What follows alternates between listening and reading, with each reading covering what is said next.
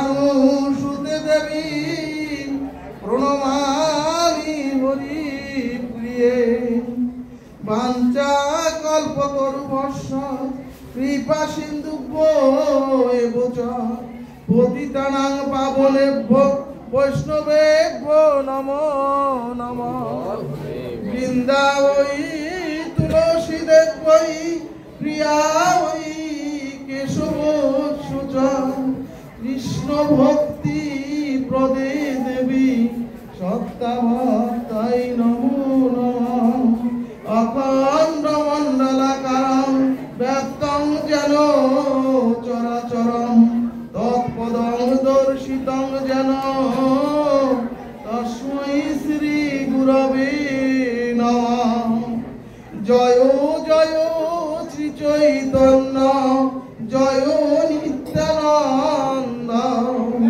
জয়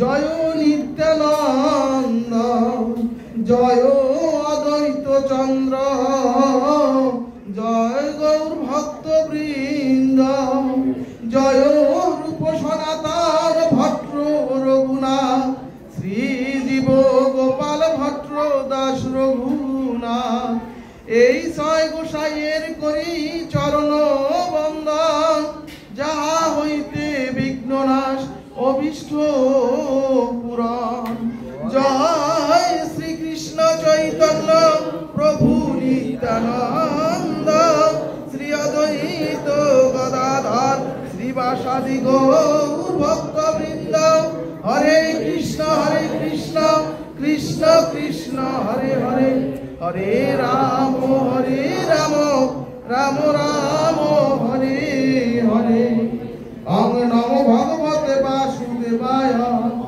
অং নমো ভগবতে বাসুদেবায় অং নমো ভগবতে বাসুদেবায়। সুধী গৌর ভক্তবৃন্দ, আমাদের হরিভক্তি বিলাস এবং স্কন্ধ পুরাণে ব্রহ্মা নারদ সংবাদে প্রজাপতি সনক পিতা ব্রহ্মা শ্রী নারদকে বললেন, অপ্রত্যেন ক্ষিপদ্রস্থ যথা দামোদরং প্রিয় তির্যকজনী মাম প্রান্তি সর্বধর্ম বহিষ্কৃতম।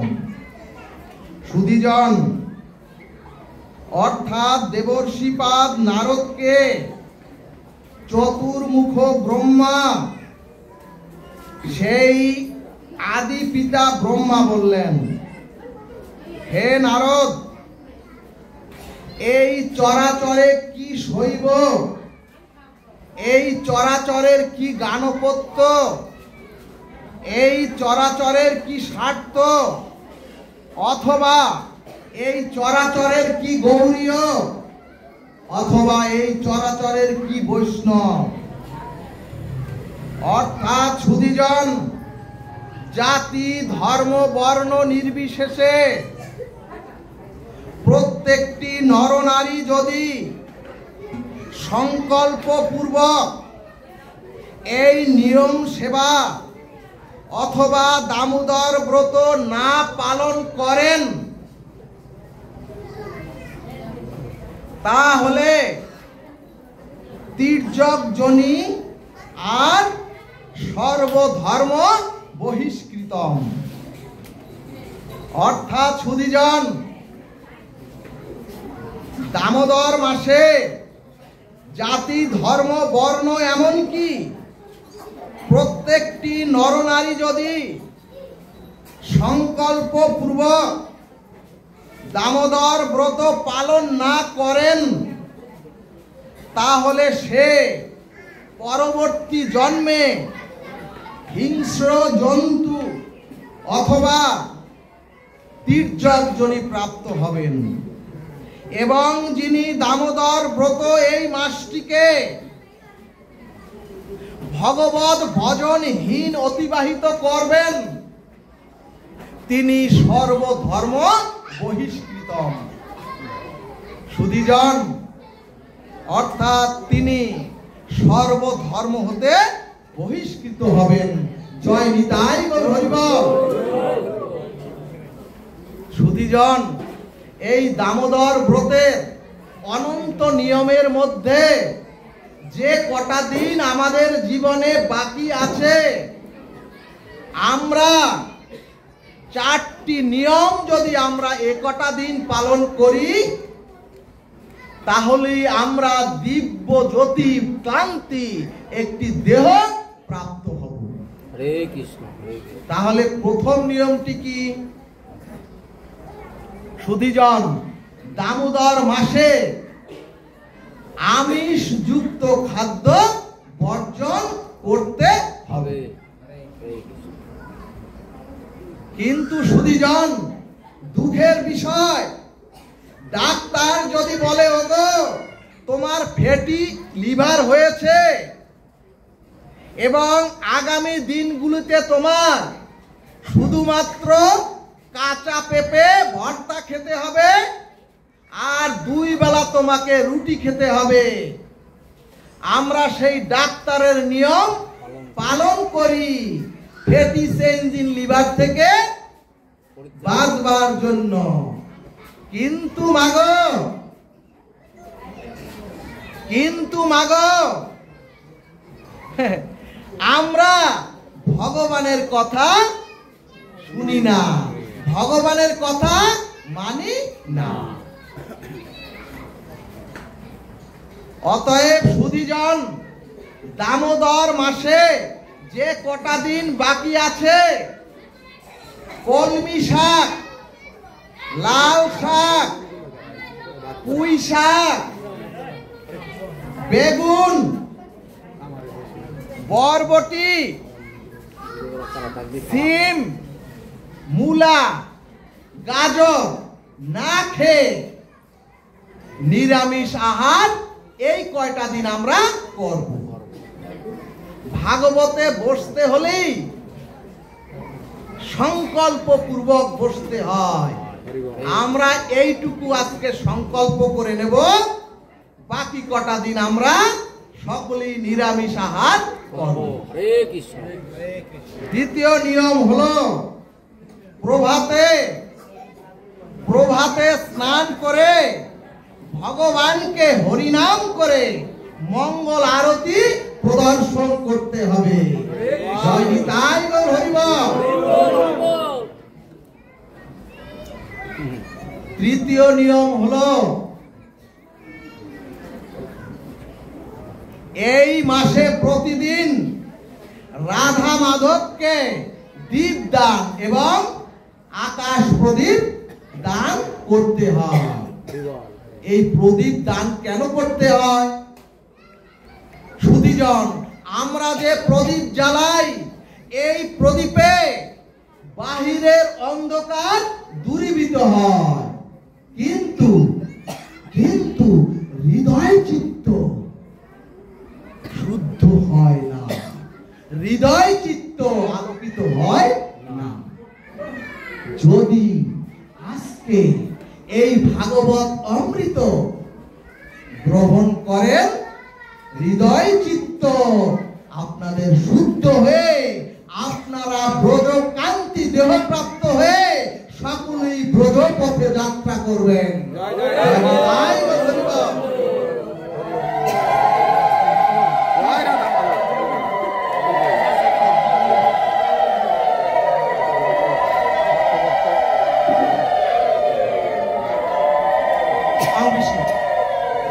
মাগো ভাগবত একবার সময় আমাকে বেঁধে দিয়েছেন, তাহলে রাধা কৃষ্ণের চরণ প্রান্তে প্রদীপ দান করতে হবে। ডান দিক থেকে ঘড়ির কাঁটার মতো চরণ প্রান্তে 4 বার, নাভি কমলে 2 বার, মাথা মানে মস্তকে 3 বার আর সর্বাঙ্গে 7 বার, 16 বার।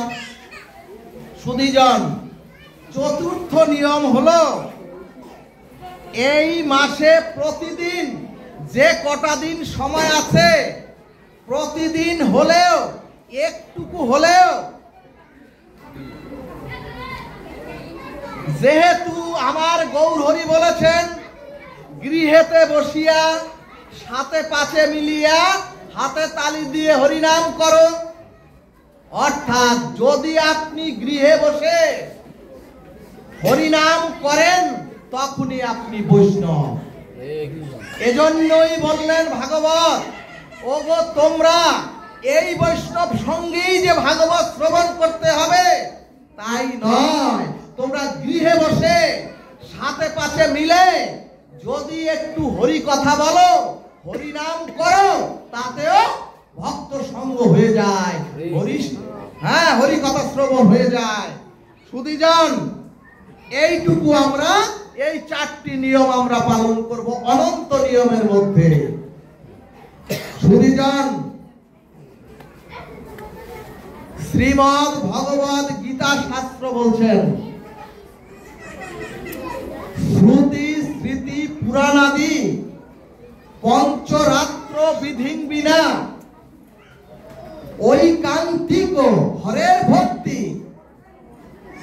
ঐকান্তিক হরের ভক্তি উৎপাদয়তে কল্পতে। কি বললেন সুধীজন? অর্থাৎ শ্রুতি স্মৃতি পুরাণ ভক্তির মহাজন ব্যতীত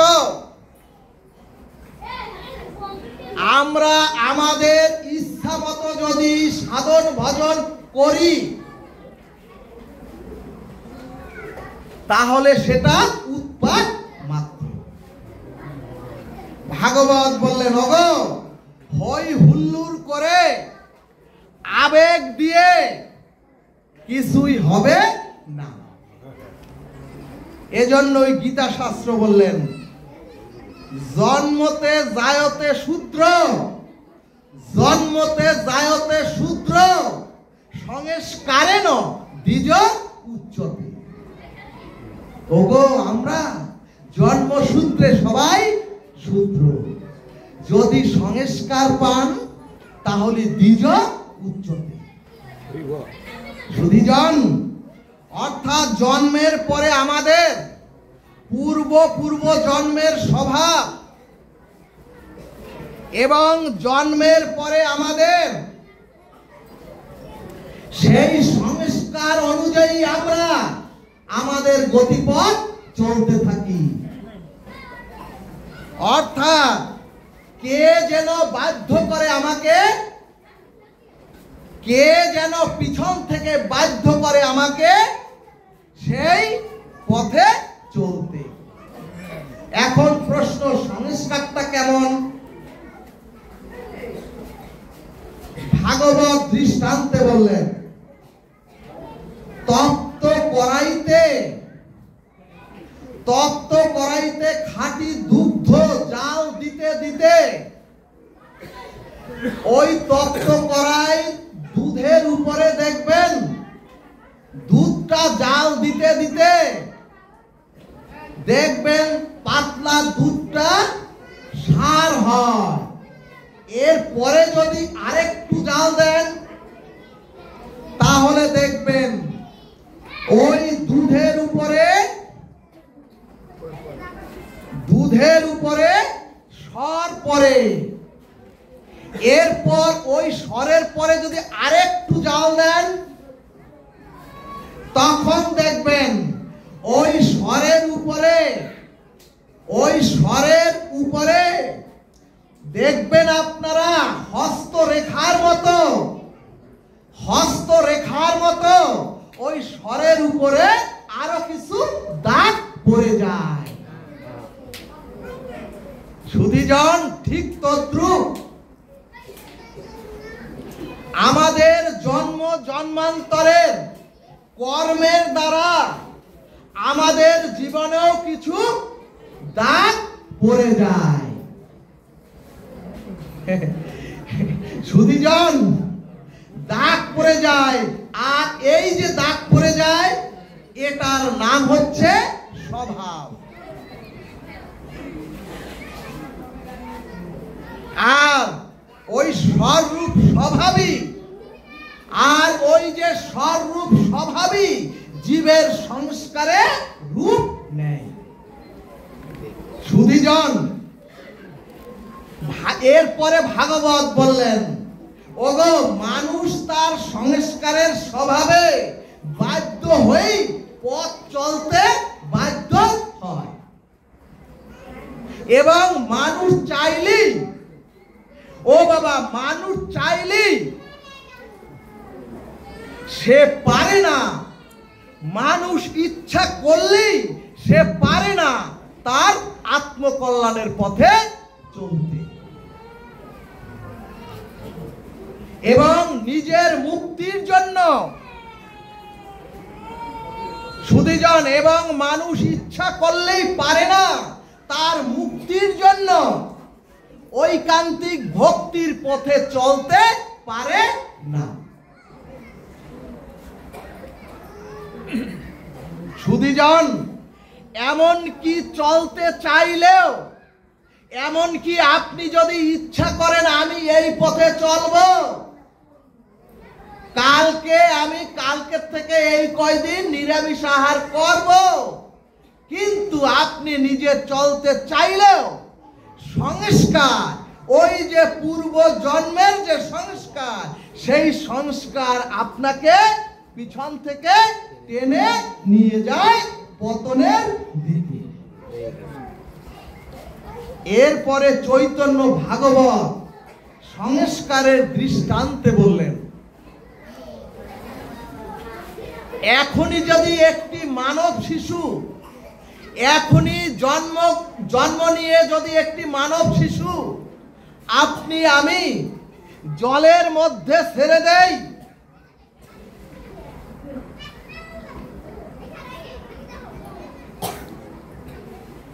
সুধীজন, ওই শিশু কিন্তু জলের মধ্যে ডুবে মারা যাবে।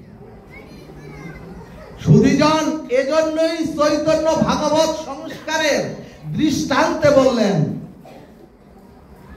একটি মাতৃ শিশু জন্মের সাথে সাথে, একটি মানব শিশু তার জন্মের সাথে সাথে গর্ভ থেকে ভূমিষ্ঠ হলে ওই শিশুর তো এ জগতের কোনো বিদ্যা শিক্ষা নাই, ওই শিশুটির এ জগতের কোনো সংস্কার নাই, এবং ওই শিশুকে আমার মা কানে কানে বলারও কোনো সাধ্য নাই। কিন্তু সুধীজন, সদ্যজাত ভূমিষ্ঠ শিশুটি মায়ের স্তন দুগ্ধ টেনে টেনে যে খেতে হয়, ওই শিশুকে কে শিখালো? অর্থাৎ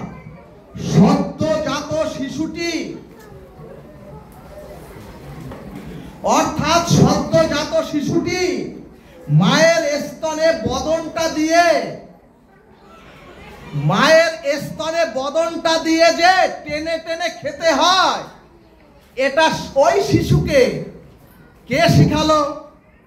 ভাগবত বললেন, ওগো কারো শেখানো লাগে নি। ওগো ভাগবত বললেন, ওই শিশু বহু জন্মব্যাপী মায়ের দুগ্ধ বা মায়ের স্তনের দুগ্ধ পান। সুধীজন, বহু জন্মব্যাপী ওই শিশু মায়ের স্তনের দুগ্ধ পান করবার স্বভাব বা সংস্কার ওই শিশুকে জানিয়ে দিয়েছে যে এভাবে জন্মের সাথে সাথেই খেতে হয়। সুধীজন, এরপরে চৈতন্য ভাগবত বললেন, ওগো বানর হনুমানগুলি দেখবেন এ ডাল থেকে ও ডালে, এ ডাল থেকে ও ডালে লাফিয়ে বেড়ায়।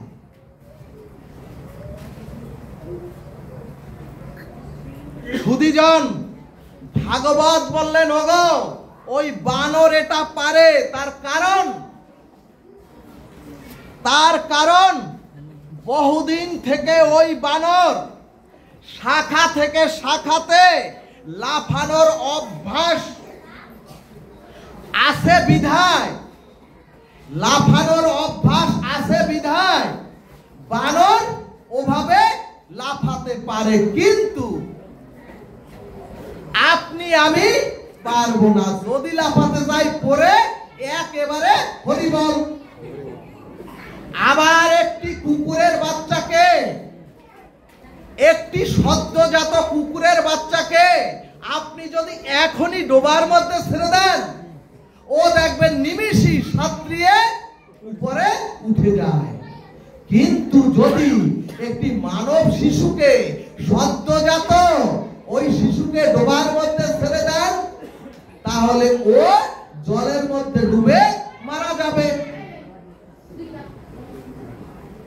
সুধীজন, মানুষের বাচ্চা সাঁতার না শিখালে সে কখনোই সাঁতরিয়ে উঠতে পারে না। ভাগবত বললেন, কুকুরের বাচ্চার পূর্ব সংস্কার এবং তার জীবন বাঁচানোর জন্য তার ওই পূর্ব সংস্কারই তাকে জানিয়ে দিয়েছে। এজন্যই সুধীজন, আমাদের পূর্ব সংস্কার অনুযায়ী আমরা প্রত্যেকে বাধ্য হই ওই কুপথে চলতে, ওই অধপতনের পথে চলতে। এরপরে ভাগবত বলেন,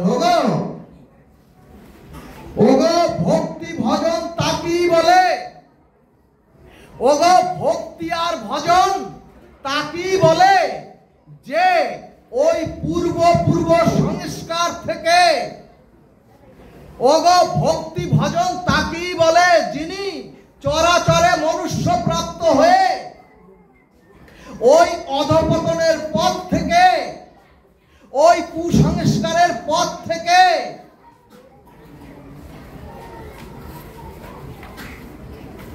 যখনই সাধুগুরু আর মহতের কৃপায় ওই সংস্কারের বিরুদ্ধে যুদ্ধ ঘোষণা করে জীবের যে নিম্নগামী প্রবৃত্তিগামী স্বভাব,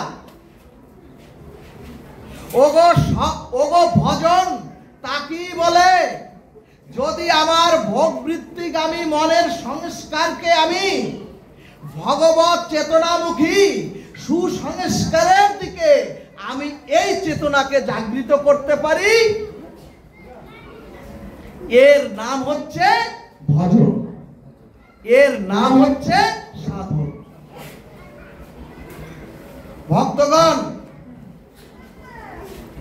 ভক্তগণ, ভাগবত বলছে, আমি তো বাধ্য হই অনন্ত জন্মের সংস্কারের দ্বারা নিচে নামবো, বা নিচে নামার স্বভাব আমার ওই জন্ম সংস্কারের সাথে যুক্ত আছে। কিন্তু যেদিন জীব ওই সহজাত স্বভাবের সংস্কারের বিরুদ্ধে, যেদিন মাগো আপনি আমি যুদ্ধ ঘোষণা করে প্রবৃত্তিময় ধ্বংসময় সংস্কার থেকে যখন আমি আত্মকল্যাণ আর নিজের উদ্ধারের চেষ্টায় ওই সংস্কারের বিপরীতগামী হতে পারবো, এরই নাম হচ্ছে সাধন, এরই নাম হচ্ছে ভজন। জয় নিতাই গৌর হরি বল। খুব গরম লাগছে।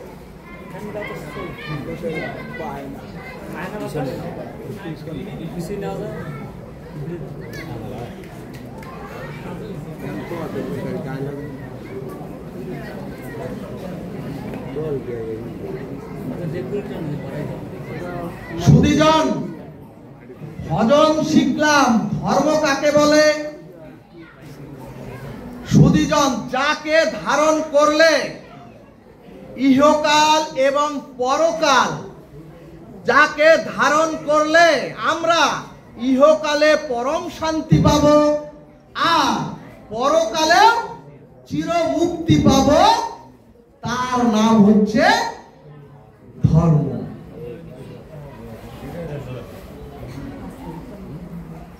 এজন্যই কৃষ্ণ দ্বৈপায়ন বেদব্যাস পঞ্চম বেদ মহাভারতে কৌরব এবং পাণ্ডবদের সম্মুখে এনে জগৎকে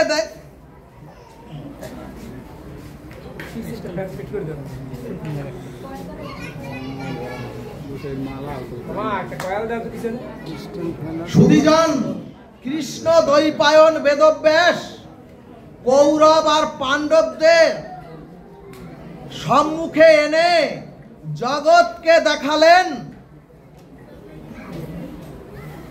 যিনি ধর্মকে ধারণ করেন, যিনি ধর্মকে রক্ষা করেন, ধর্ম তাকে রক্ষা করেন। আপনারা দেখেছেন অত্যন্ত সংকটাপন্ন অবস্থায়, অত্যন্ত সংকটাপন্ন পরিস্থিতিতেও পাণ্ডবদের বিনাশ করা যায় নি ওই কুরুক্ষেত্রের যুদ্ধে। সুধীজন, এর একটাই কারণ পাণ্ডবরা ধর্মকে আশ্রয় করেছিলেন। সুধীজন, স্বয়ং অখণ্ড পরতত্ত্ব ভগবান শ্রীকৃষ্ণ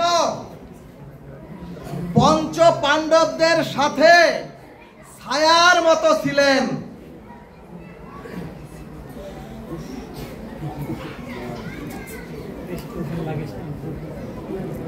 এমনকি সুধীজন তৃতীয় পাণ্ডব অর্জুন, এমনকি সুধীজন তৃতীয় পাণ্ডব অর্জুন, তৃতীয় পাণ্ডব অর্জুনের চাকর বা দাসের কাজ করেছেন স্বয়ং ভগবান। এখন প্রশ্ন আসবে, মূলত পঞ্চ পাণ্ডব কে? মূলত পঞ্চ পাণ্ডব কে? সুধীজন, এখানে যুধিষ্ঠির মহারাজ হচ্ছেন ধর্মের স্বরূপ, অর্থাৎ যুধিষ্ঠির মহারাজ হচ্ছেন ধর্মের প্রতীক। এই পঞ্চ পাণ্ডবের ভীম হচ্ছেন, একটু পিছনের দিকে তো বেশ এখন নেওয়া যাবে না, এই বাতাস আছে কিন্তু একটুখানি। সুধীজন, ভীম হচ্ছেন ধর্মযুক্ত বল, ধর্মযুক্ত বল অর্থাৎ অধর্মের বল নয়, ধর্মযুক্ত বল। এক কথায় ধর্ম, ন্যায়, সত্য, আদর্শের বলের প্রতীক হচ্ছে ভীম। এরপরে অর্জুন হচ্ছেন জীবাত্মার প্রতীক, এরপরে নকুল হচ্ছেন আমাদের বুদ্ধির প্রতীক, আর সহদেব হচ্ছেন সুন্দরের প্রতীক। সহদেব হচ্ছেন সুন্দরের প্রতীক। ভাগবত সিদ্ধান্তে বললেন, ওগো আপনার মধ্যে যদি, ওগো আপনার সাথে যদি ধর্ম থাকে, ওগো মনুষ্য প্রাপ্ত হয়ে যদি আপনার মধ্যে ধর্মযুক্ত বল থাকে, ওগো আপনি যদি মনুষ্য প্রাপ্ত হয়ে আপনার সাথে ধর্মযুক্ত বুদ্ধি থাকে, এরপরে আপনার মধ্যে যদি ধর্মীয় শুদ্ধতার সদাচার থাকে, সুন্দর কাকে বলে? শুদ্ধ সদাচার থাকে। সুধীজন, আমরা কি শুনেছি পঞ্চ পাণ্ডব কারা? যদি আপনার মধ্যে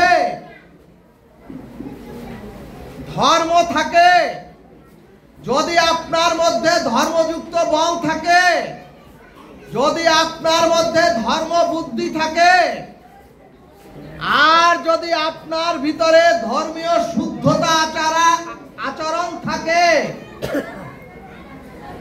তাহলে সেই জীব সত্তার ভার স্বয়ং ভগবান নিজে গ্রহণ করেন।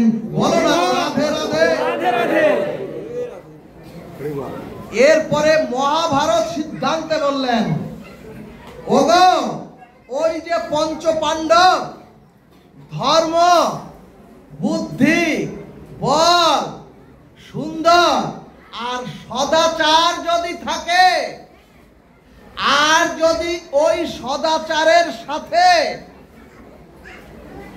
ওগো ভালোভাবে শোনো তোমরা, পঞ্চ পাণ্ডবদের সাথে আর একটি শক্তি ছিল, অর্থাৎ ওই পঞ্চ পাণ্ডবদের সাথে ছিল শক্তিযুক্ত। ওই যদি আরেকটি শক্তিযুক্ত না হতো ওই পঞ্চ পাণ্ডবদের সাথে, তাহলে ওই ধর্মযুদ্ধে, ওই কুরুক্ষেত্রের যুদ্ধে, ওই সংসার যুদ্ধে কেউ জয়ী হতে পারে না। তাহলে ওই পঞ্চ পাণ্ডবের সাথে আরেকটি যুক্ত ছিল, সেই শক্তিটাই ছিল পাঞ্চালী দ্রৌপদী। আমরা তো জানি পাঞ্চালী দ্রৌপদী পঞ্চস্বামী। আমাদের সন্তানরা শাস্ত্র জানে না বিধায় আজকে বিচ্যুত হচ্ছে। আজকে সনাতনের উপরে আঙ্গুল তুলে কথা বলছে আমার সনাতনী সন্তানরা। সুধীজন, আমরা তো জানি দ্রৌপদীর পঞ্চস্বামী। তাহলে দ্রৌপদীর পঞ্চস্বামীকে, সুধীজন, শাস্ত্রের দ্রৌপদী হলো দয়ার প্রতীক, অর্থাৎ দ্রৌপদী হলো করুণার প্রতীক। সুধীজন, ও মাগো, আমাদের এই দেহের মধ্যে যদি, এই দেহের মধ্যে প্রত্যেকের মধ্যে, আমাদের দেহে কৌরব আছে আর আমাদের দেহে পাণ্ডব আছে, তাহলে দ্রৌপদী হলেন করুণা আর দয়ার প্রতীক, করুণা বা দয়ার প্রতীক। এখানে ভাগবত বললেন, ওগো যদি আপনার সাথে ধর্ম থাকে, ওগো আপনার মধ্যে যদি দ্রৌপদী রূপ দয়াযুক্ত করুণা না থাকে, আপনি সারাদিন হরিবল বলেন, সারাদিন মালা জপেন, সারাদিন আপনি যদি সাত্বিক আহার গ্রহণ করেন অথবা যদি প্রসাদ ভুজিও হন, আর যদি আপনার দেহে দয়া নামক ওই করুণা না থাকে, ওই ধর্মে কোনো কিছু হবে না। সুধীজন,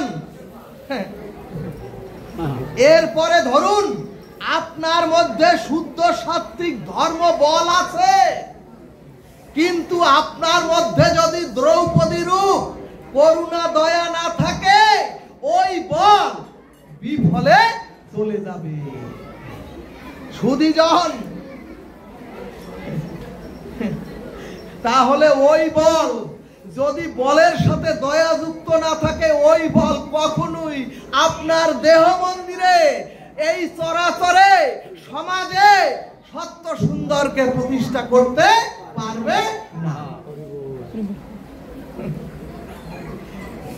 অর্থাৎ দ্রৌপদী রূপ দয়া করুণা পঞ্চ পাণ্ডবদের সাথে যুক্ত ছিল বিধায়, দয়া করুণা পঞ্চ পাণ্ডবদের সাথে যুক্ত ছিল বিধায় ভগবান শ্রীকৃষ্ণ বারবার নিজে চিঠি চিরকুট নিয়ে ওদের কাছে গিয়েছেন, বারবার অর্জুন যাবো, যাও, বারবার কত দয়া কত করুণা। শেষে বলেছে, ওগো ওদেরকে দুইটা শুধু কেরাম দিয়ে দাও আর সব তোমরা ভোগ করো। কত দয়া করুণা ছিল। সুধীজন, দ্রৌপদী রূপ করুণা পঞ্চ পাণ্ডবদের সাথে ছিল বিধায় ধর্ম, বল, মেধা, বুদ্ধি ওই কুরুক্ষেত্রের যুদ্ধে বিজয়ী হয়েছে কুরুক্ষেত্রের যুদ্ধে। জয় নিতাই গৌর। এই কারণেই ভাগবত বললেন, যদি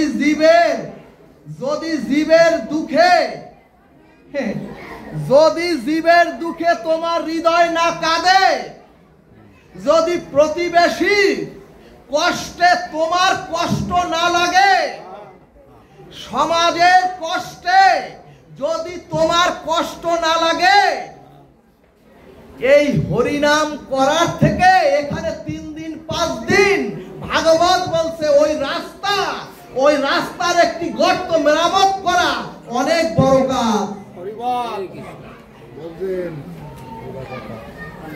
সুধীজন, অর্থাৎ পরের বিপদে যদি নিজের বিপদ না মনে করতে পারেন, মনুষ্য জন্ম পেয়ে, অর্থাৎ এই দয়া করুণা যতদিনে আপনার মধ্যে না আসবে, ততদিন আপনার মধ্যে প্রকৃতভাবে ধর্ম প্রতিষ্ঠা হবে না।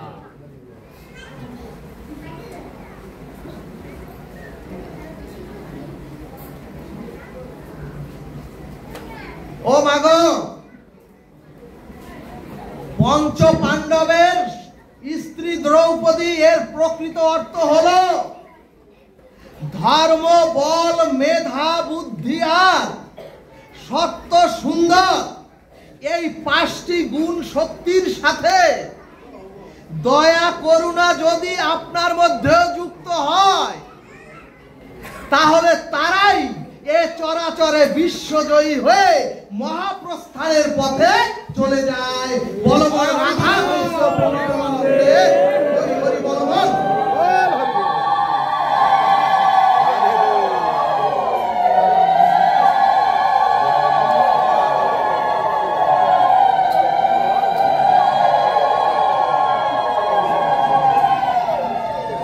এরপরে মাগো গৌর হরি এসে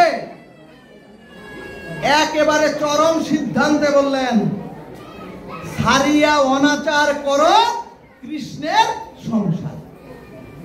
কিন্তু আমরা অনেকেই ভাবি সন্ন্যাস নেব নাকি গৃহে থেকে ভজন করব। অর্থাৎ সুধীজন, গৃহে থেকে কি রোগ শোক, জরাবেধির অভিশাপ, এমনকি মৃত্যুর মধ্যেও কি এই ভজন করা যায়, এই সাধন করা যায়? তাহলে এই প্রবৃত্তিময় সংসার ত্যাগ করলেই মনে হয় আমরা চিরমুক্তি পাব। আবার অনেক মায়েরা ভাবেন, সন্তানকে যদি গীতা স্কুলে পাঠাই, সন্তানকে নিয়ে যদি গৃহে প্রতিদিন একবার গীতা নিয়ে বসি, তাহলে ওই সন্তান বুঝি গীতার দিব্য ত্যাগের আলোতে ওই সন্তান গৃহ ত্যাগ করবে। কিন্তু গীতায় তো ভগবান, কিন্তু সুধীজন, গীতায় তো ভগবান সংসার ত্যাগের কথা কোথাও লেখেননি। আর যদি বলতেন, আর যদি ভগবান লিখতেন, তাহলে অর্জুনকে, সুধীজন, তাহলে অর্জুন, সময় কম, তাহলে অর্জুনকে ভগবান,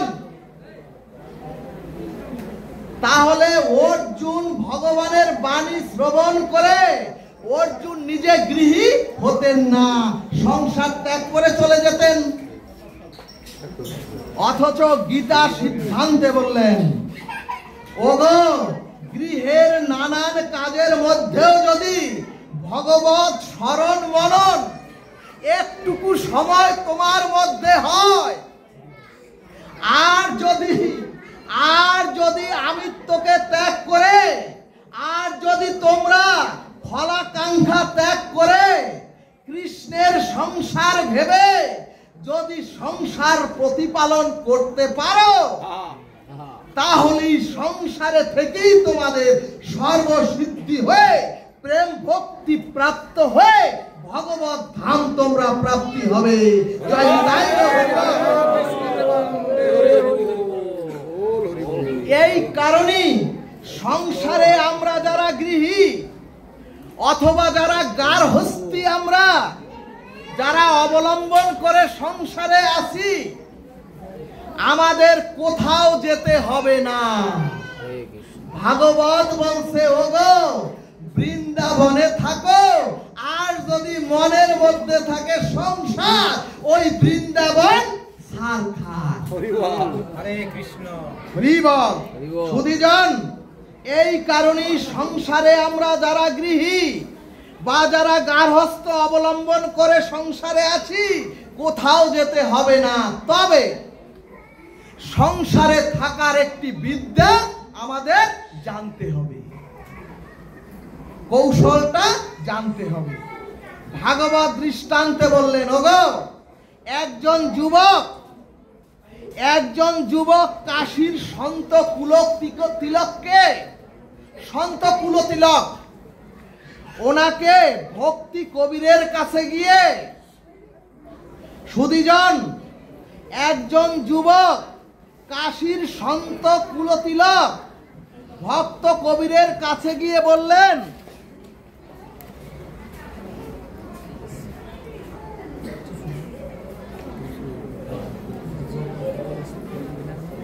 সন্ত কুলতিলক গিয়ে বললেন, হে সন্ত শিরোমণি, সংসারে থেকেও কি ভগবত ভজন প্রেম ভক্তি পেয়ে চিরকল্যাণ চিরমুক্তির কোন পন্থা আছে? তখন সন্ত কবির সেই আগন্তুক যুবককে অনেকক্ষণ তার সম্মুখে বসিয়ে রেখে বিরক্ত সৃষ্টি করে সন্ত কবির তার স্ত্রীকে বললেন, গৃহে থাকা স্ত্রীকে বললেন, সন্ত কবির, ওগো তুমি খুব দ্রুত রান্না করে এই অতিথিকে প্রসাদ সেবা করার ব্যবস্থা করো। সুধীজন তখন ওই পতির এক আদেশই রন্ধন ক্রিয়া সম্পন্ন করে প্রসাদ দিলে, রন্ধন ক্রিয়া সম্পন্ন করে থালায় প্রসাদ দিলে, সেই প্রসাদ গ্রহণ করতে গিয়ে আগন্তুক যুবক দেখেন ভাতগুলি একেবারে শক্ত, চালের উপরে একটু যা হয়, ভাতগুলি একেবারে শক্ত। আগন্তুক যুবক দেখেন মাতাজি শাক রন্ধন করে এনেছেন, সেই শাকে কোনো লবণ হয়নি। এরপরে দেখলেন যেই মুখে শাক দিয়েছেন ভাত চিবোতে পারেন না, ওই মুখ থেকে থুথু করে ভাতগুলি ফেলে দিচ্ছেন। এরপরে যেই শাক দিয়েছেন শাকগুলি থুথু করে খেতে পারছেন না, থুথু করে ফেলে দিয়েছেন। অন্যদিকে ওই সন্ত কবি একই ভাত, একই প্রসাদ, একই শাক, ওই ভাত আর শাক দিয়ে উনি নির্বিঘ্নে প্রসাদ গ্রহণ করিতেছেন। সুধীজন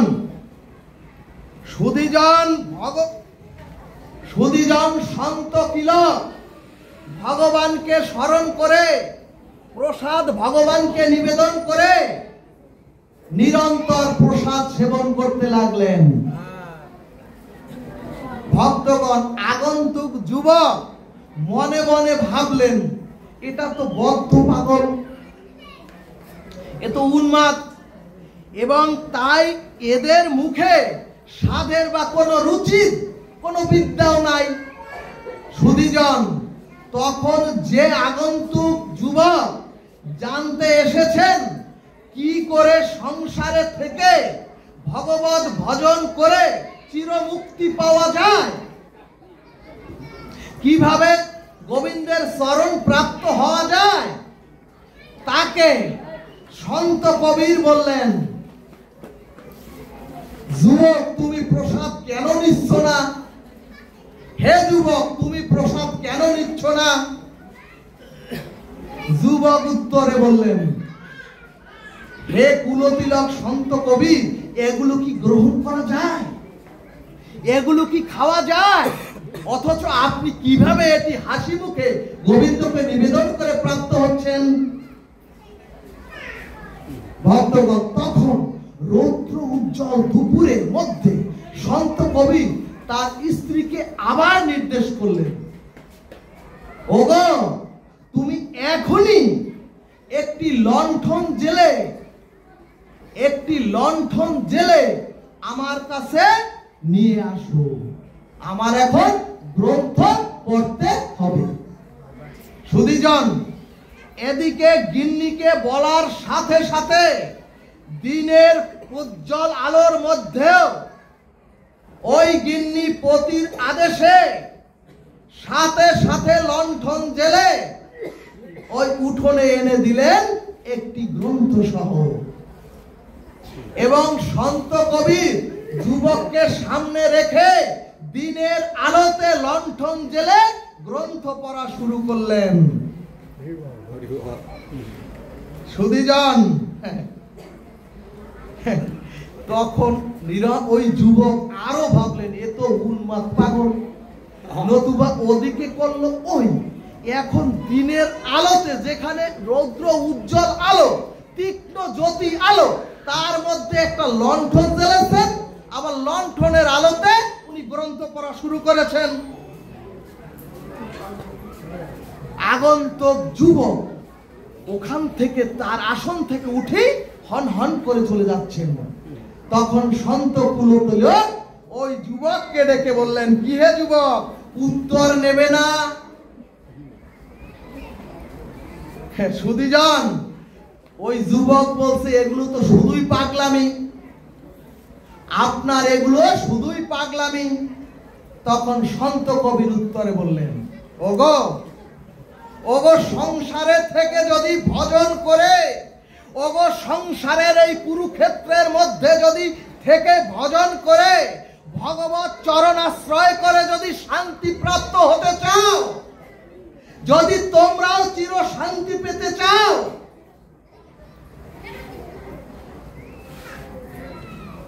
তাহলে তোমরাও 5টি জিনিস গ্রহণ করো। প্রথম হলো, ঘরের ঘরণী যদি কখনো কোনো কাজে ভুল করেন, ওগো ঘরের ঘরণী যদি কখনো, হে পুরুষ তোমরা শোনো, তোমাদের গৃহলক্ষ্মী যদি কখনো কোন শাকে কোন ডালে লবণ দিতে যদি ভুলও করে বসেন, তখন যদি আপনি প্রীতির ক্ষমার দৃষ্টিতে কটু কথা না বলে, যদি সেটা হাসি মুখে আপনি আমি গ্রহণ করতে পারি, তাহলেই জানবেন আপনার আমার সংসারে থাকলেও আপনি আমি চির শান্তি প্রাপ্ত হব। জয় নিতাই গৌর হরিবল।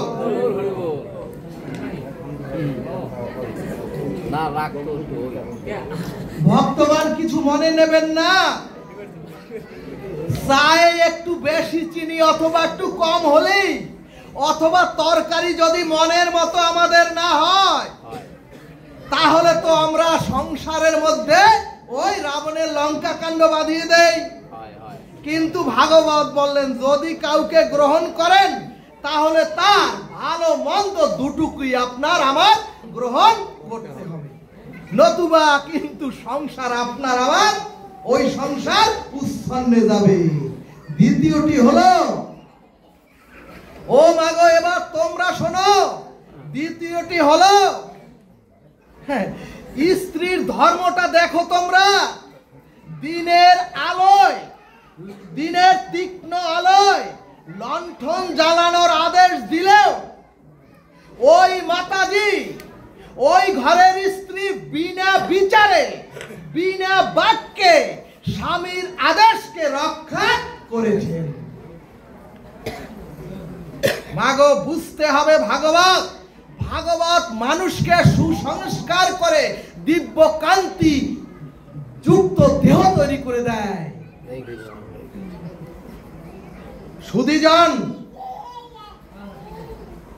সুধীজন স্বামীর আদেশকে রক্ষা করেছেন। ওই স্ত্রী একবারও স্বামীকে বোঝাতে আসেনি, একবারও স্বামীকে উল্টো কথা বলেননি। ওগো, দিবা প্রহরে আলোর প্রয়োজন কেন? ভাগবত বললেন, যদি এভাবে ক্ষমাশীল হয়ে সংসারে থেকে আপনি হরিনাম নিরন্তর হৃদয়ে গ্রহণ করতে পারেন, তাহলেই গোবিন্দ আপনাকে কৃপা করবেন। বলো না গো রাধে রাধে। সংসারে আমরা কেউ কাউকে সহ্যই করতে পারি না। দেখবেন ক্ষুদ্র বিষয়েই আমরা অস্থির হয়ে ধৈর্যচ্যুতি ঘটিয়ে দেই। সুধীজন, এই কারণেই সংসারে জীবকে ভাব আসতে দেয় না। পরমহংস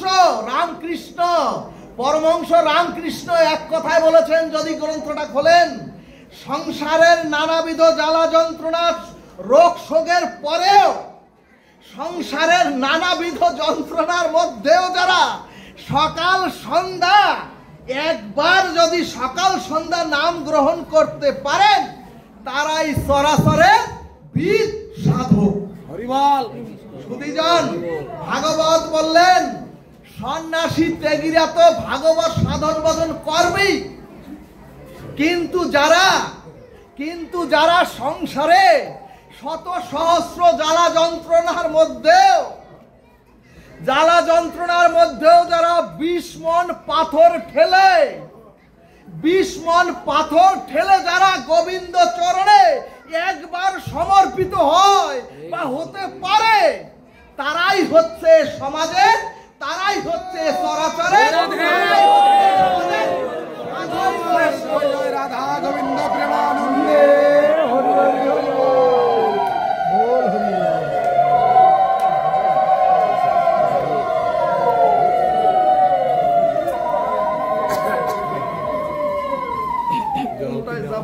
আর সময় আছে ঠাকুর?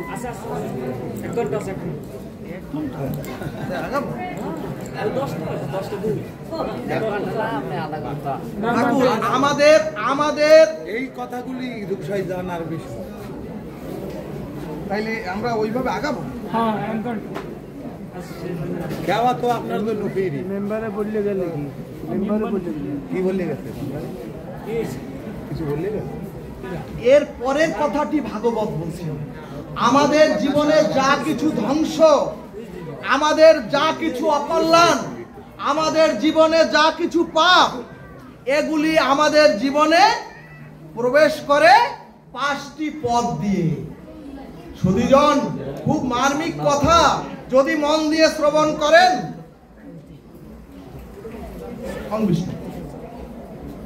ভাগবত বললেন, ওগো, এই 5টি পথের প্রথম পথ হলো এই যে বলেছি সংসার পথ। 5টি পথের প্রথম পথটি হলো সংসার পথ। অর্থাৎ ওগো, সংসার পথ দিয়ে আমাদের জীবনে পতন স্খলন নেমে আসে। সুধীজন, অথচ সংসার কি শ্রেষ্ঠ আসন, শ্রেষ্ঠ আশ্রম ঘোষণা করেছেন মহাপ্রভু। শ্রেষ্ঠ আশ্রম ঘোষণা করে মহাপ্রভু বলেছেন, অনাচার ছাড়ো, কৃষ্ণের সংসার কর। এই কারণেই সংসারে সকালে ঘুম থেকে উঠে 4টি জিনিস, সকালে প্রত্যেকে ঘুম থেকে উঠে 4টি জিনিস করণীয় এবং 4টি জিনিস বর্জনীয় বা ত্যাগ করতে হবে। তাহলেই সংসারের আর সকল অনাচার আমাদের দূরীভূত হবে। সুধীজন, প্রভাতে ঘুম থেকে উঠে শয্যা ত্যাগ করার পরে কেউ আয়নার মুখ দেখবেন না।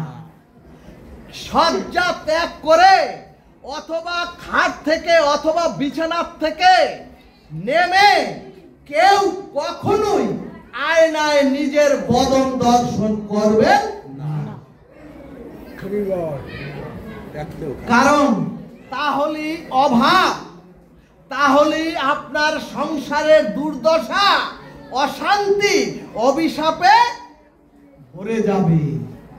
সুধীজন ভাগবত বললেন, দর্পণটি ওখানে রাখবেন, দর্পণটি ওখানে কখনোই রাখবেন না যেখানে ঘুম থেকে উঠলেই আপনার চোখ দুটি চলে যাবে। শাস্ত্র বললেন, সেখানে ভগবানের বিগ্রহ রাখুন, সেখানে ভগবানের পঞ্চতত্ত্ব রাখুন, সেখানে গোপালের বিগ্রহ রাখুন, অথবা রাধা কৃষ্ণের বিগ্রহ রাখুন। জয় নিতাই গৌর হরি বল।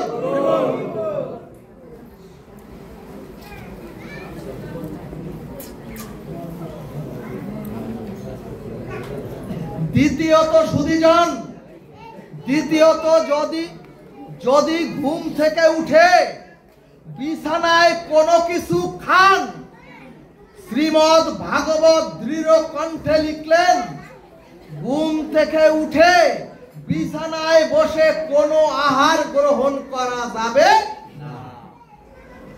তাহলে অভাব দুর্গতি আপনার ওই সংসার থেকে ছাড়বে না। সুধীজন, তৃতীয় সংকেত হলো, যদি ভোরবেলা ঘুম ভেঙে যায়, যদি খুব প্রাতে ঘুম ভেঙে যায়, তাহলে সেই সংসারে সুধীজন যদি খুব ভোরে, তৃতীয় সংকেত হলো, বারবার কথাটি বলছি, যদি খুব ভোরে মা বাবা আপনাদের কোনো ঘুম ভেঙে যায়, তাহলে কেউ দৈহিক সম্বন্ধ, দৈহিক সম্পর্ক, কাম কামনায় জড়াবেন না। তাহলে ওই সংসারে সর্বময় অভিশাপ প্রবেশ করবে।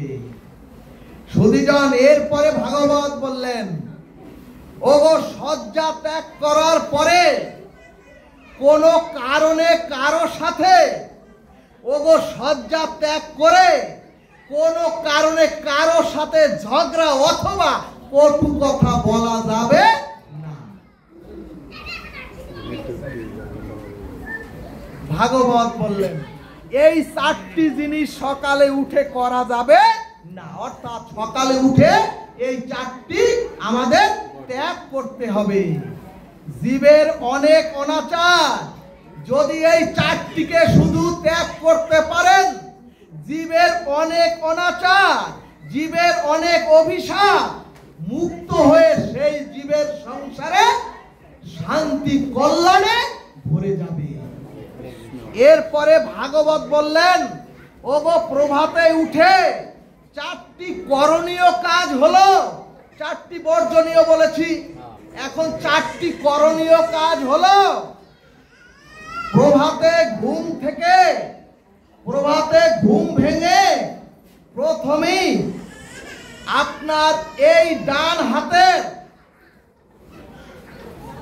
ডান হাতের দিকে তাকাতে হবে। সুধীজন, হাত দর্শনের অর্থ হলো, এই হস্ত দর্শনের অর্থ হলো,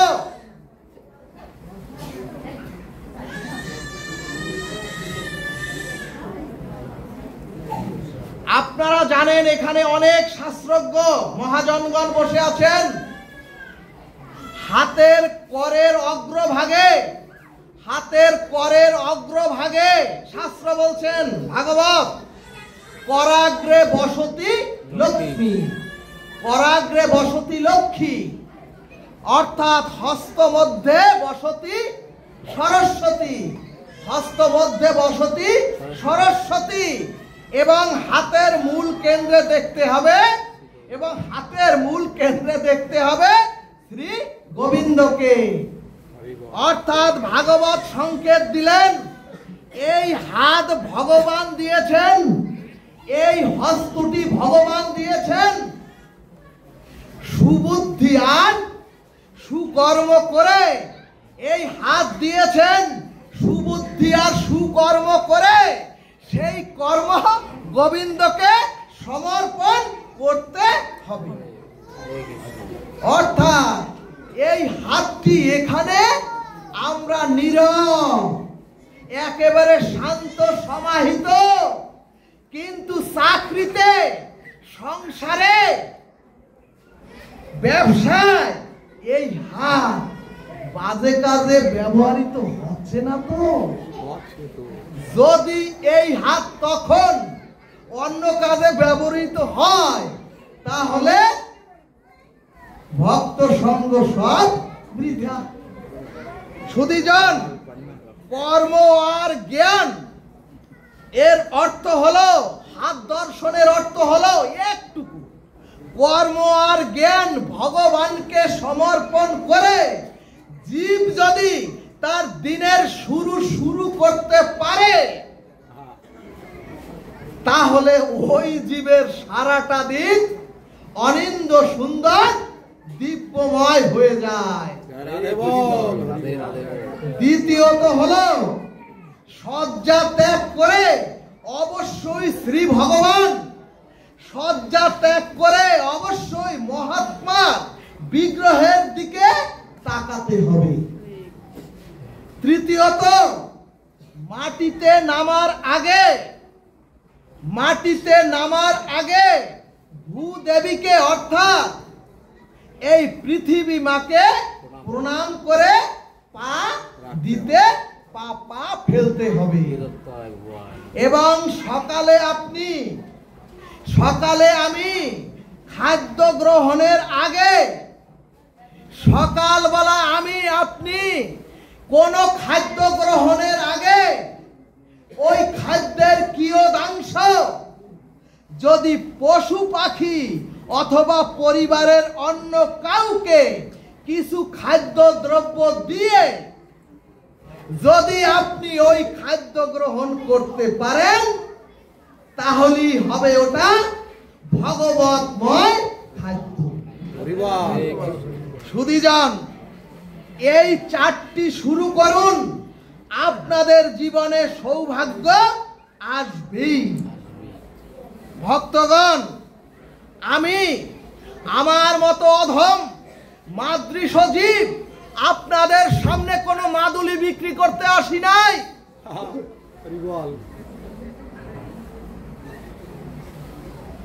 এবং আমি কোনো জ্যোতিষীও নই। ভাগবত বলছে সংসারের আচার যদি ছাড়তে আপনি অনাচার যদি ছাড়তে না পারেন, বড় বড় বিল্ডিং এ অনেক জিনিসপত্র সাজিয়ে কি করবেন?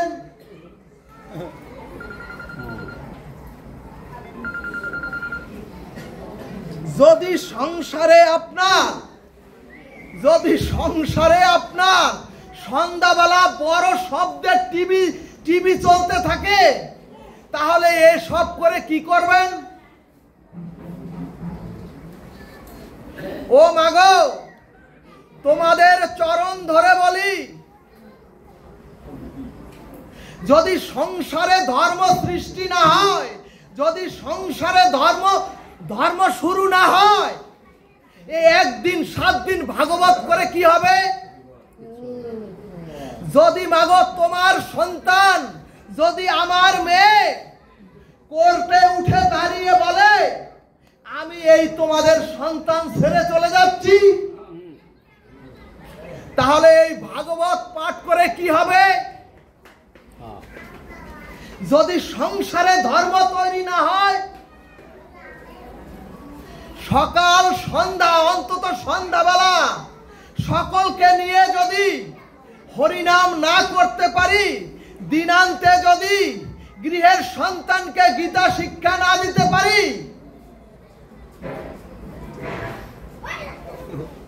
এই একদিন ভাগবত 7 দিন ভাগবত দিয়ে কি হবে?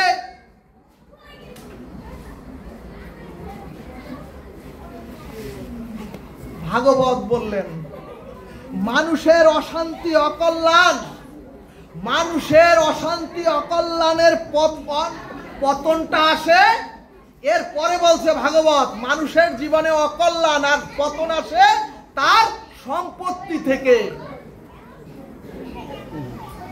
যদি বলছে ভগবান যদি অভিশাপ থেকে মুক্ত হতে চাও, যদি অশান্তি থেকে মুক্ত হতে চাও, যদি সংসারে থেকে চিরকল্যাণ পেতে চাও, তাহলে ওগো তোমার আত্মীয় স্বজন, ওগো তোমাদের জাতি ভাই, তোমার যে আত্মীয় স্বজন জাতি ভাইয়ের মধ্যে যার যতটুকু প্রাপ্য তার ততটুকু তোমরা বুঝিয়ে দাও। সুধীজন ভক্তগণ, মাত্র 5টি গ্রাম, একটু আগে যে বললাম মাত্র 5টি গ্রাম পঞ্চ পাণ্ডবকে দিলে আর কুরুক্ষেত্র রচনা হতো না। এজন্যই শাস্ত্র বললেন যার যতটুকু এ সংসারে প্রাপ্তি, যার যতটুকু সম্পত্তির ভাগ আছে অথবা সম্পদের ভাগ আছে তাকে ততটুকু দিয়ে দিন, নতুবা আপনি আমি অভিশপ্ত হব এ সংসারে। এরপরে ভাগবত বললেন সম্বন্ধ থেকে অভিশাপ আসে। খবরদার, ভাগবত বলছে, আমি না, খবরদার। ভাগবত টিকায় বলছে নিজের রক্তের সম্বন্ধ খারাপ বা মন্দ অথবা মনের মতো না হোক, ওগো তোমার যদি সেখানে চেষ্টা করেও যদি তুমি কষ্ট পাও, তুমি সারাদিন অন্তে থেকেও যদি কোনো কষ্ট পাও, তবুও সেখানে তুমি সন্তুষ্ট থাকো। ভাগবত বলছে ওগো যদি স্বামী যদি বাবা কথা বলো না, আমার নজর পড়ল। শোনো, ভাগবত প্রকাশ হয় ভক্তের বদন দর্শনে, আপনাদের বদন দর্শনে কিন্তু প্রকাশ হয়ে যাচ্ছে। বিরক্তি করুন আমাকে। সুধীজন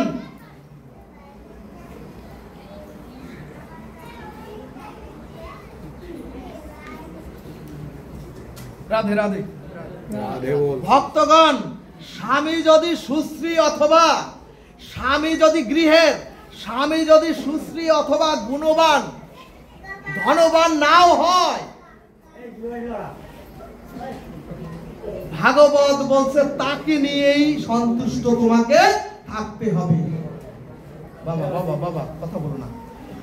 স্বামী যদি গৃহের সুশ্রী না হয়, স্বামী যদি ধনবান না হয়, স্বামী যদি গুণবান নাও হয়, ওই স্বামীকে নিয়েই সন্তুষ্ট থাকতে হবে। অন্যদিকে যদি মনের মতো স্ত্রী তোমার না হয়, যদি সুশ্রী স্ত্রী গৃহে না হয়, তাকে নিয়েই সন্তুষ্ট থাকতে হবে। ভাগবত বললেন ওগো যদি বাইরে হাত বাড়াতে যাও, ওগো গৃহে থেকে যদি বাহিরে হাত বাড়াতে যাও, কোন রকম বাহিরে হাত বাড়াতে তোমরা যেও না, তাহলে অভিশাপে একেবারে ধ্বংস হয়ে যাবে। এরপরে ভাগবত বললেন শরীর থেকে, অর্থাৎ সুধীজন এই শরীর হচ্ছে উদ্ধারের কারণ, এই শরীরটাই হচ্ছে পতনের কারণ। শাস্ত্র বলছেন শরীর ইন্দ্রিয় যদি সংযত না হয়, ওগো এই শরীরই হচ্ছে পতনের কারণ, শরীরই হচ্ছে উদ্ধারের কারণ। এর অর্থ হচ্ছে যদি এই শরীর ইন্দ্রিয় যদি সংযত না হয়,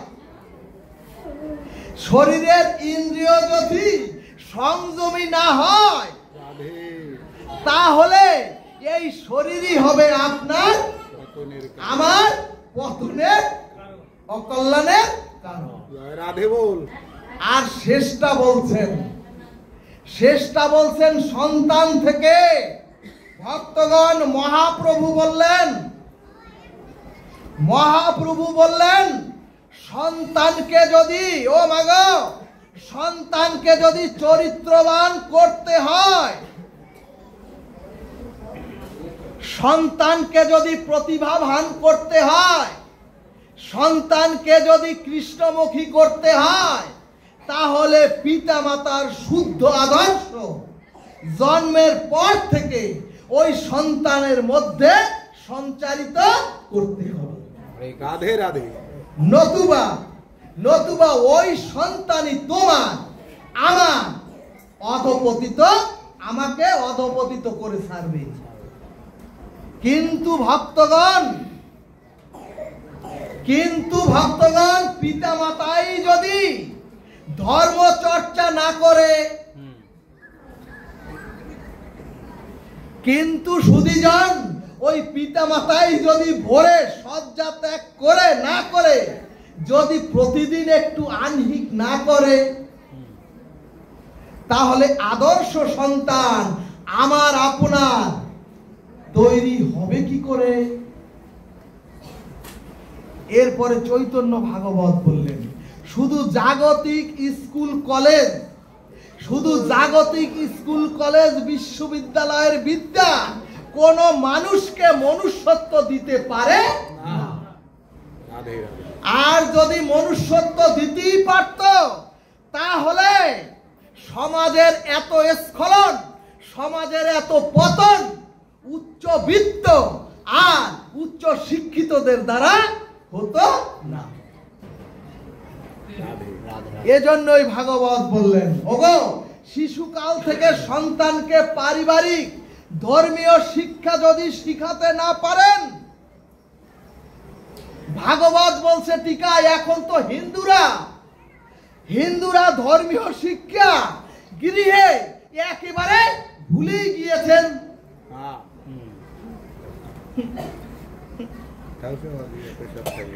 ও মাগো, আমাদের বোনেরা অথবা আমাদের মেয়েরা যখন অন্য ধর্মে চলে যায়, পর্যালোচনা করে দেখা গেছে তাদের পারিবারিক ধর্মচর্চা, তাদের জীবনে পারিবারিক ধর্মচর্চা পিতামাতাও করেন না, আর সন্তানরাও কোনোদিন গৃহে ধর্মচর্চা করেন নাই, এবং অন্য সঙ্গে মিশে অন্য সঙ্গের প্রভাবে ধর্ম ত্যাগ করে একেবারে নির্বংশ ধ্বংস হয়ে যায়।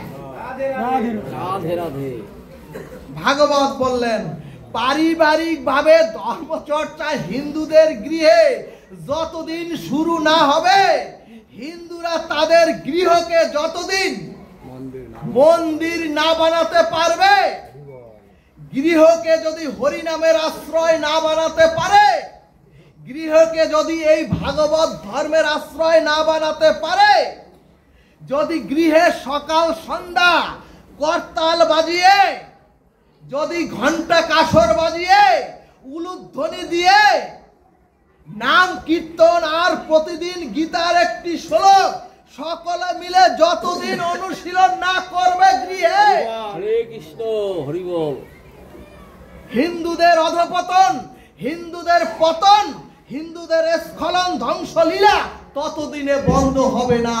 জয় নিতাই গৌর হরি বল। এরপরে ভাগবতের টিকায় বললেন সেই 5000 বছর পূর্বে গিরি গোবর্ধন লীলা করে গোবিন্দ হিন্দুদের জাদুঘরে স্থান হবে অদূর ভবিষ্যতে। এজন্যই ভাগবত বললেন সন্তানকে যদি ধর্মীয় শিক্ষায় আদর্শবান চরিত্রবান মনুষ্যত্ব না দিতে পারে তার পিতামাতা, তাহলে সেই পিতামাতাই ক্ষতিগ্রস্ত হবে ওই সন্তানের দ্বারা। সুধীজন, অনেক বড় বড় সম্মানিত প্রতিষ্ঠিত মানুষকেও একেবারে ধুলোয় মিশে দিতে হয় শুধুমাত্র সন্তানের কারণে। এই কারণেই মহাপ্রভু বললেন অনাচার ছাড়ো, গৃহেকে কৃষ্ণের গৃহ করো, কৃষ্ণকে তোমরা হৃদয়ে ধারণ করো। সুধীজন, ভগবান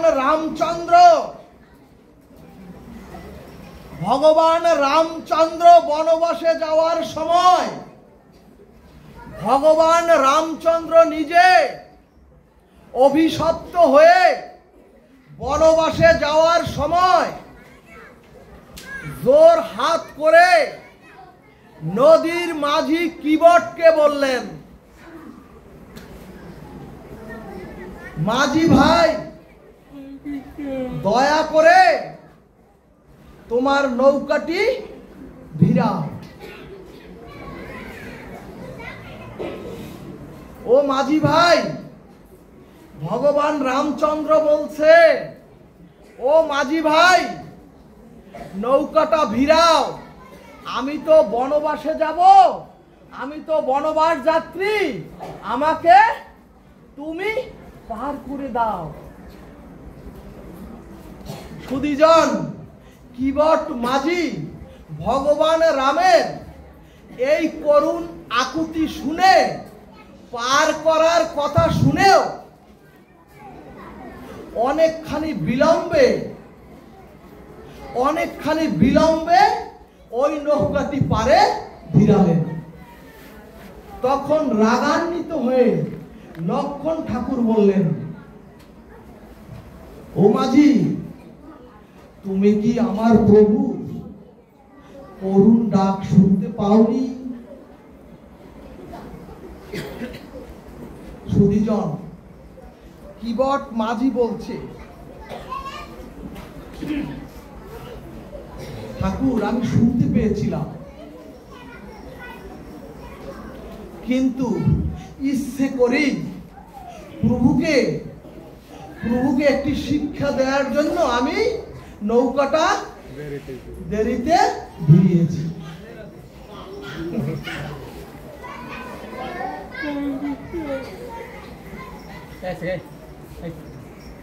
কিবট মাঝি লক্ষণ ঠাকুরকে বলছে, ও ঠাকুর, রেখো না, আমি একটি প্রভুকে শিক্ষা দেব বলে অনেক দেরিতে নৌকাটা ভিড়িয়েছি।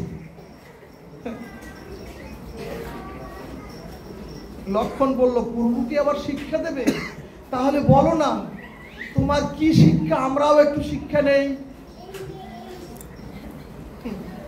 ভক্তগণ, তখন মাঝি কিবট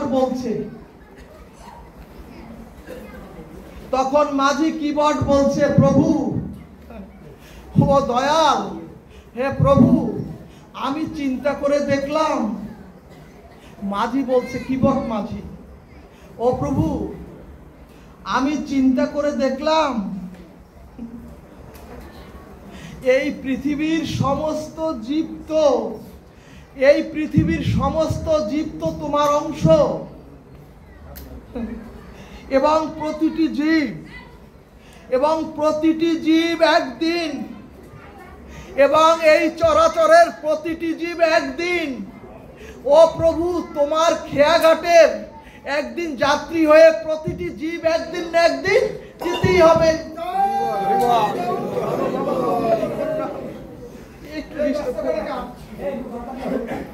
তোমরা সরে যাও, সরে যাও।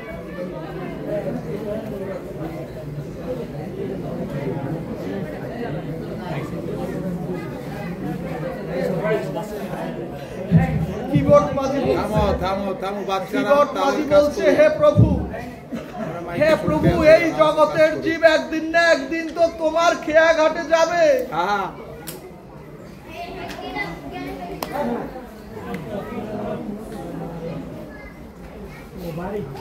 এলাকা ছাড়া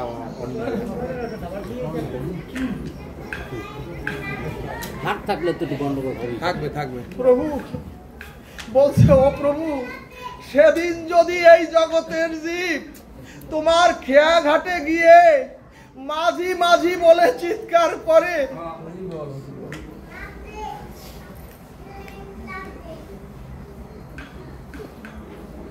তখন তুমি সাড়া না দিলে, দেখো, তুমি যদি সেদিন সাড়া না দাও, যেদিন জীব হা কৃষ্ণ বলে, হা প্রভু বলে, হে দীনবন্ধু বলে যেদিন চিৎকার দেবে ওই খেয়াঘাটে গিয়ে, সেদিন প্রভু তুমিও বুঝবে।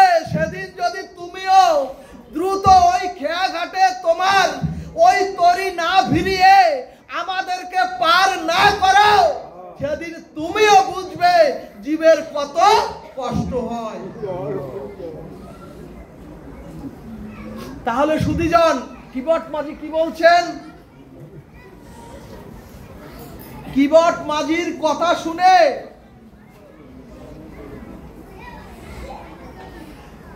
কিবট মাঝির কথা শুনে ভগবান শ্রীরাম কিবটের দিকে জোর হাত করে ভগবান শ্রীরামের চোখ থেকে দু চোখ বেয়ে প্রেমাশ্রু বর্ষিত হতে থাকলো। তখন হাত জোর করে দণ্ডবোধ হয়ে কিবট বলছে, প্রভু, ও প্রভু, ও প্রভু, আজকে তুমি কথা দাও, ও প্রভু কথা দাও। জীব যেদিন, ও প্রভু, জীব যেদিন তোমার খেয়া ঘাটে গিয়ে তোমাকে চিৎকার করে হা প্রভু, হা গোবিন্দ, হা দীনবন্ধু বলে চিৎকার করবে দু হাত বাড়িয়ে,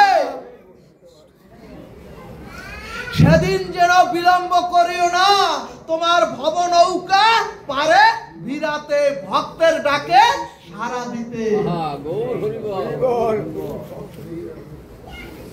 ভক্তগণ, প্রভু তো অন্তর্যামী, বুঝতে পেরেছেন গোবিন্দের কত বড় ভক্ত ওই কিবট, এবং রামকৃষ্ণ বললেন, ও মাঝি, তাহলে এখন পার করে দাও।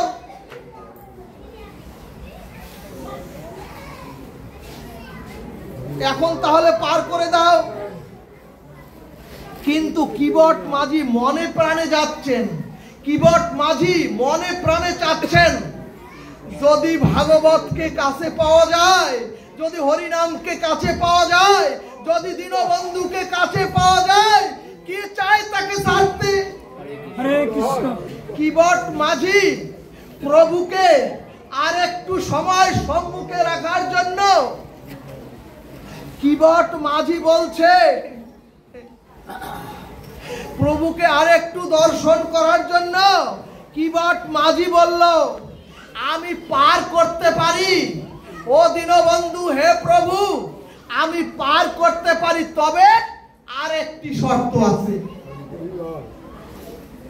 সুধী ভক্তমণ্ডলী, যার দুয়ারে প্রভু রাম এসেছেন, সেই রামকে শর্ত জুড়ে দিচ্ছেন এক কিবট মাঝি।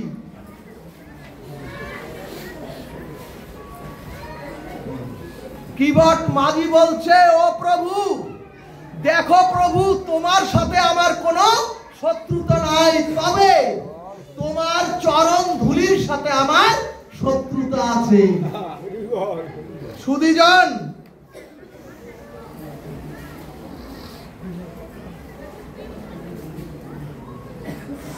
তখন ভগবান রামচন্দ্র বললেন, আমার চরণের ধুলির কি দোষ, একটু বলো শুনি।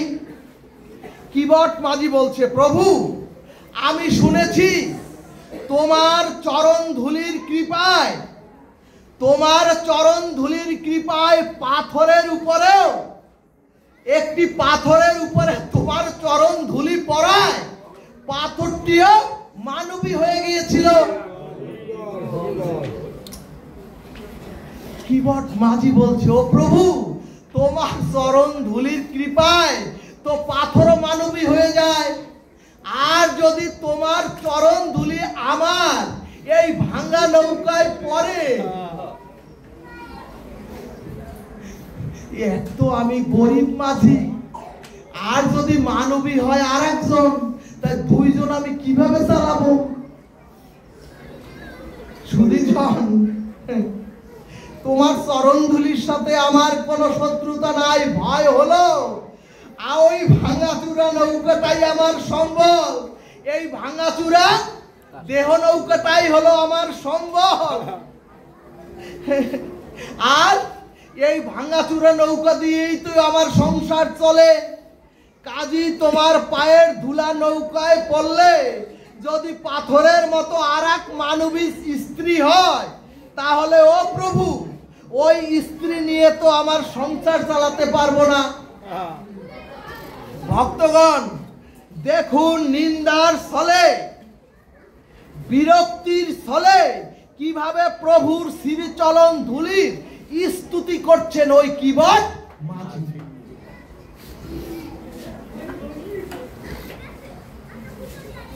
ভাগবত বললেন,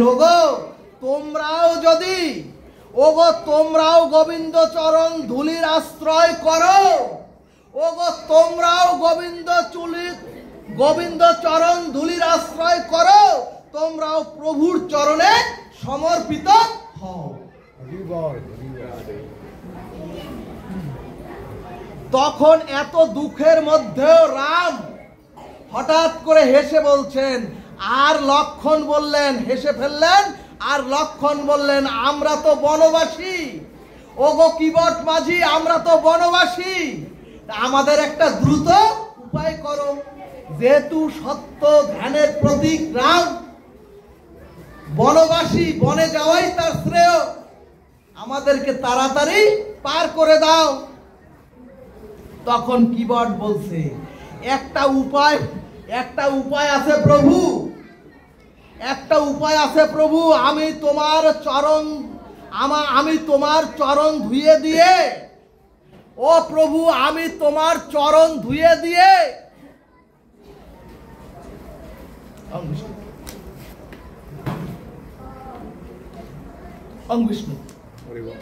তোমার চরণ ধুয়ে ধুলিগুলো পরিষ্কার করে নৌকায় তুললেই তো সমস্যা মিটে গেল। তোমার চরণ ধৌত করে যদি ধুলোগুলি আমি পরিষ্কার করে দেই, তাহলেই সব মিটে গেল। সুধীজন বুঝতে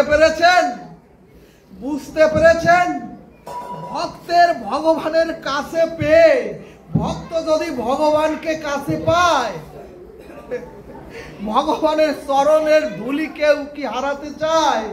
ভগবানের চরণ ছাড়া কেউ হতে চায়? এখন একটি প্রশ্ন, মাঝি তো ছিল নিরক্ষর, মূর্খ, তাছাড়া কোনো সাধন ভজন তো ওই মাঝির নাই, তাহলে ভগবান চরণের ধুলির লোভ ওই মাঝির জাগলো কেন? মাগো, ভগবান অনন্ত নাগের শয্যায় ক্ষীরোৎসায় শুয়েছিলেন, আর লক্ষ্মী দেবী তার ভগবানের পাদসেবা করতেছিলেন। ওই সময় সমুদ্রের একটি কচ্ছপ গোবিন্দের রাঙা চরণের সৌন্দর্যের লোভে, কচ্ছপটি গোবিন্দের চরণ ছোঁয়ার জন্য যেই পদযুগলের কাছে গিয়েছেন, তখন লক্ষ্মী দেবী ভাবলেন, গোবিন্দের চরণ এত কমল, গোবিন্দের চরণ এত সুমধুর, যে চরণে আমার হাত দিলেই হৃদয়ে আমার কষ্ট হয়। লক্ষ্মী দেবী বলছেন, সেখানে ওই কচ্ছপ যদি প্রভুর চরণে স্পর্শ করে, আমার প্রভু তো কষ্ট পাবে।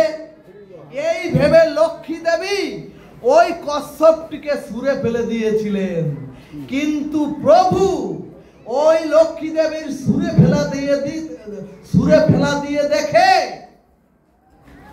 কচ্ছপটির আকুল প্রার্থনা দেখে গোবিন্দ কচ্ছপটিকে আশীর্বাদ করে দিলেন, আসছে রাম অবতারে তুমি আমার চরণে স্খলন করার সুযোগ পাবে। ভক্তগণ, ওই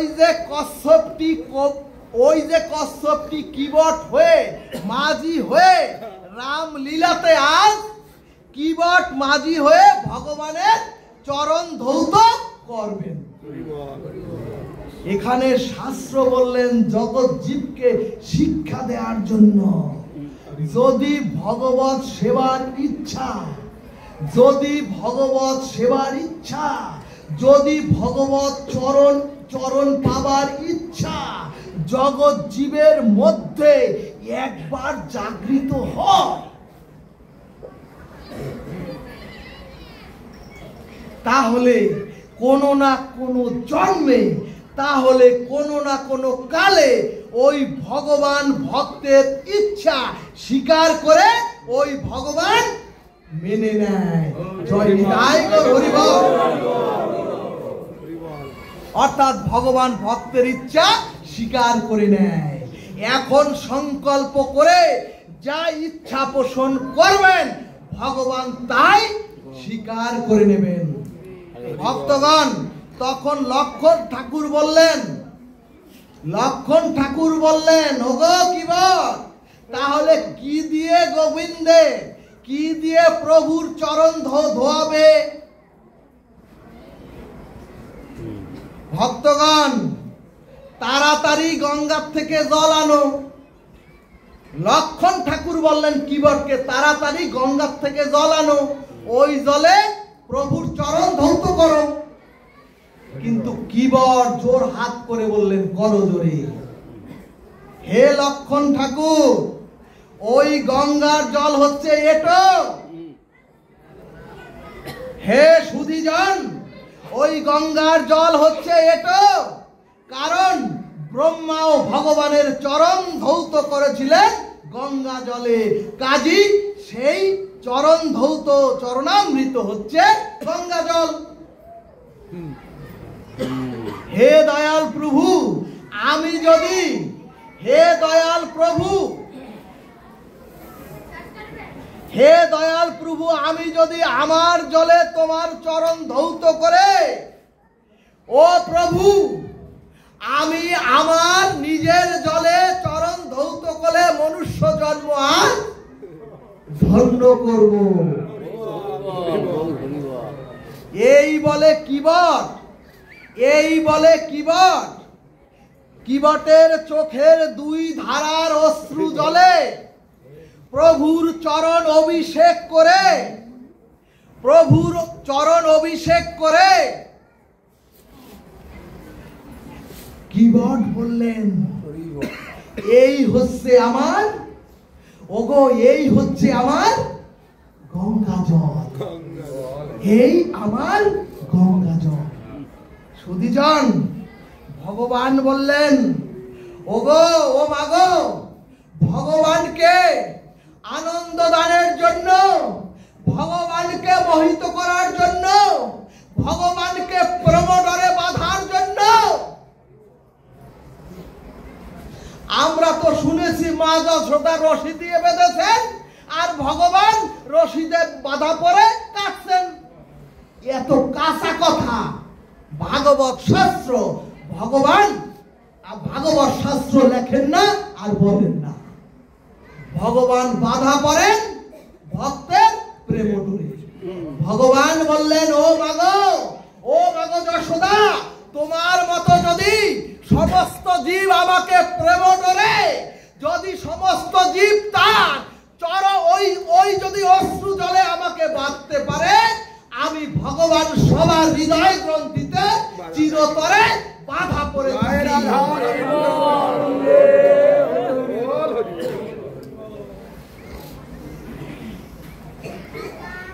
সুধীজন, ভগবানকে আনন্দ দিয়ে প্রেম ভক্তি লাভ করার সবচেয়ে বড় উপচার হলো এই নয়নের জল। কিন্তু এত পরিবেশটা ওরা করে ফেললো ভক্তগণ, এই চোখের জলের চেয়ে বড় উপচার, প্রেম ভক্তি পাওয়ার বড় উপচার আর কিছু জগতে নাই। ভগবান সব সহ্য করতে পারেন, কিন্তু এই যে আপনার হৃদয়ের আকুতি, এই আকুতি ভগবান সহ্য করতে পারেন না। সুধীজন, এরপরে ভক্তগণ কিবট নৌকাটিকে সরাসরি ওই পারে না ভিড়িয়ে, নৌকা ছেড়ে ওই পারে না ভিড়িয়ে, মাঝি ইচ্ছে করেই নৌকাটিকে দেরি করে নদীর মধ্যে ঘুরাতে লাগলেন। প্রভু রাম বললেন জোর হাত করে কিবটের কাছে, ভক্তের অধীনস্থ ভগবান। কিবটের কাছে হাত জোর করে বললেন, তুমি তাড়াতাড়ি নৌকাটা ভিড়াও, আমি সত্য সুন্দরের প্রতীক, আমি সত্যবাদী, আমার তো বনে যেতে হবে। কিন্তু মাঝি বলল, প্রভুকে আরেকটি শিক্ষা দেব বলে পার ঘাটে নৌকাটা ভিড়াচ্ছি না। প্রভু বললেন, তোমার শিক্ষা তো অনিন্দ সুন্দর, তাহলে বলো সব শেষে আমাদের শিক্ষাটা কি? ভক্তগণ কি বলল জানেন? জগৎবাসীর জন্য শিক্ষণীয় রত্নমালা। মাঝি বলল, প্রভু তোমার ভবনৌকা তো, ও প্রভু তোমার ভবনৌকায় তো আমরা প্রত্যেকেই একদিন উঠব, তখন আমাদের কাণ্ডারি তো একমাত্র তুমি।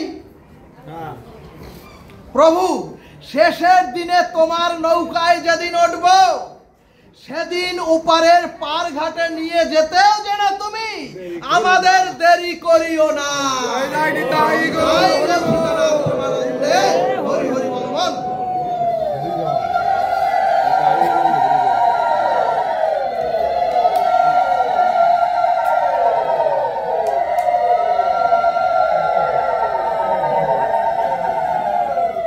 গৌর ভক্তবৃন্দ, ভাগবত বলছে যদি এই ভাগবত আসরেও আপনার মন থাকে বাড়িতে, তাহলে ভাগবত আসরে আপনি আসেননি।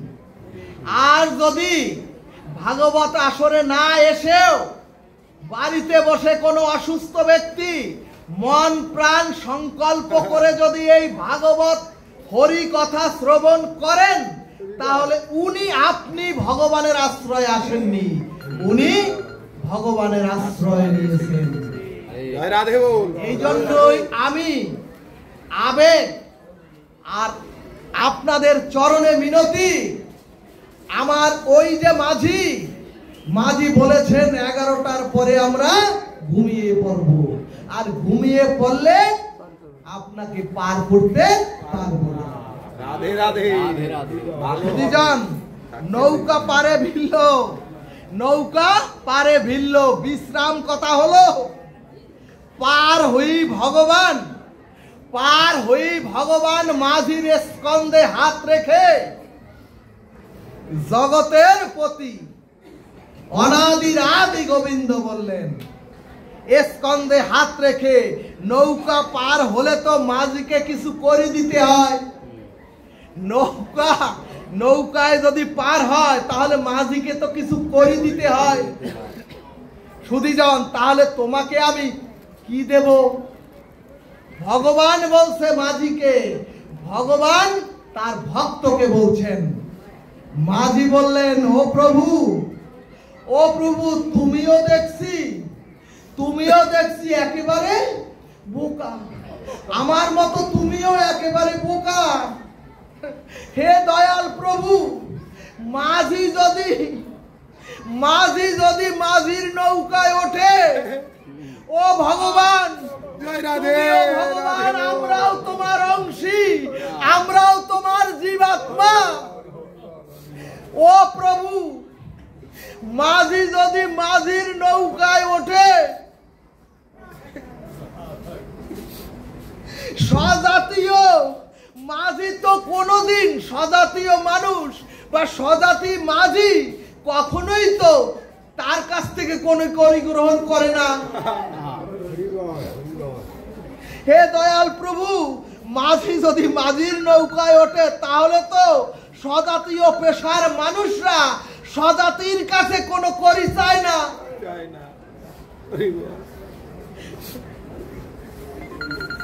আমি হলাম চরাচরের মাঝি, আর তুমি হচ্ছ প্রভু খেয়াঘাটের মাঝি।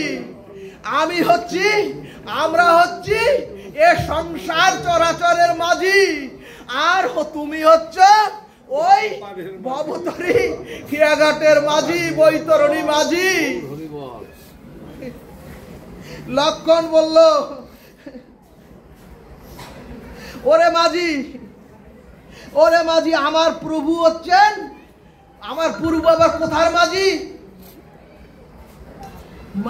কিবট মাঝি বলল, লক্ষণ ঠাকুর, প্রভু হচ্ছেন হব পারে একমাত্র কান্ডারি। জয় নিতাই গৌর সীতানাথ প্রেমানন্দে হরি বল বল। হে দয়াল প্রভু, আমাদেরও প্রার্থনা, হে দয়াল প্রভু, হে নিতাই, হে গৌ, হে রাধা কৃষ্ণ, আমাদেরও আজ এই প্রার্থনা সকলের। আমাদের কারো কোনো সাধন ভজন নাই, আমাদের কোনো ভক্তি নাই, আমাদের কোনো প্রেম নাই, আমাদের কোনো হরি ভজন নাই, আমাদের সাধন ভজন তো হয় না, আমরা সাধন ভজন তো জানি না।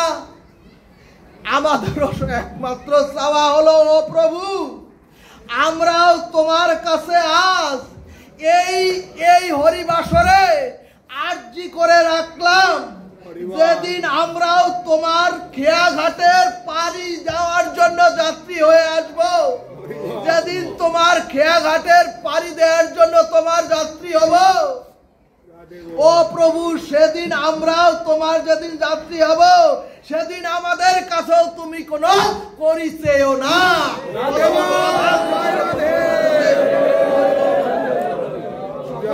করবেন, আমার যদি এর প্রতি না যেতে পারি আমি পার হতে পারবো না। প্রভু, যদি কখনো সময় হয় আপনারা আমাকে